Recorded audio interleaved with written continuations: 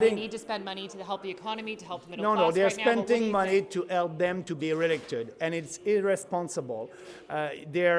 What they're doing right now, I think Canadians can understand that. They want to be reelected, but they use the money that will be our grandchildren and our children who will have to pay for that. They're putting that on the deficit and on the debt. It's irresponsible. Right now, only the interest on our debt, it's about $24 billion a year. Imagine what we can do with that. They are increasing the debt. The interest rate will go up. It is irresponsible, and they're doing that only for themselves. If they were serious, they can do a lot of reform at the federal level to be sure to lower taxes to every Canadian in this country, and they're not doing that right now. The budget doesn't seem to really have a plan to get the Canadian government back to balanced books. What would you do differently? First of all, you can cut the $2.3 billion that the federal government is giving to fight climate change in Africa. I think it's not the role of the government to fight climate change in Africa. You can cut the corporate welfare, $5 billion over there every year that the government is giving to big businesses. You can save a lot of money. You can privatize also Post Canada, Canada Post. You can save a lot of money doing the right reform and lowering taxes to every Canadian, a flat tax on business on 10%.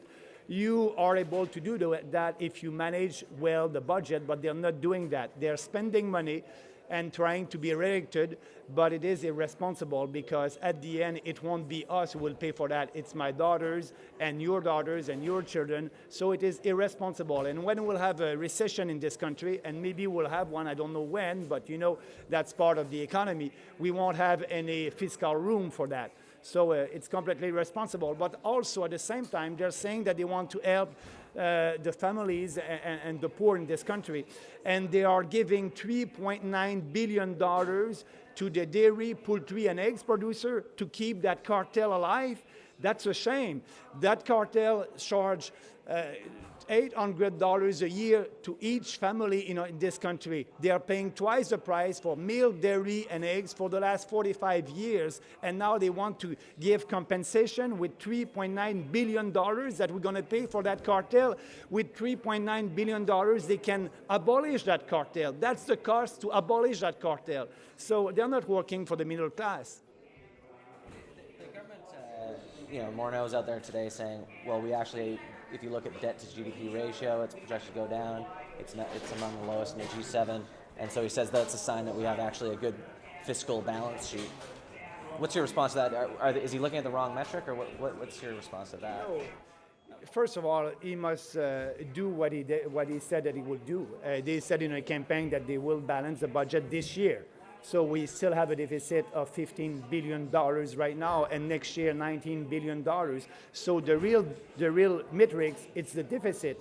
We had more deficit, and we know that the interest rate will go high. The Bank of Canada, they are looking at the economy, and they said maybe we'll be in a recession in a couple of months, of years from now. We won't have any fiscal room, and that's irresponsible.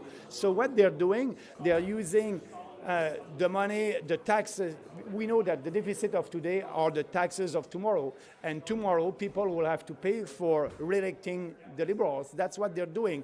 They want to buy votes, and that's not the way to do politics with people's money and buying votes. That's irresponsible. Like I said also, $3.9 billion to keep a cartel for dairy and milk and poultry.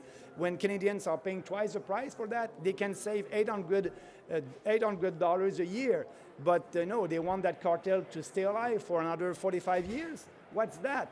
The cost to abolish that cartel, it's about $4 billion.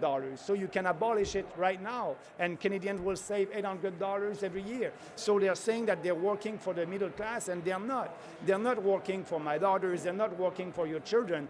They will have to pay for these deficits, and they will have to pay for the re-election of the liberal government. But that's why we'll have a very interesting campaign, and I will be there to fight for them.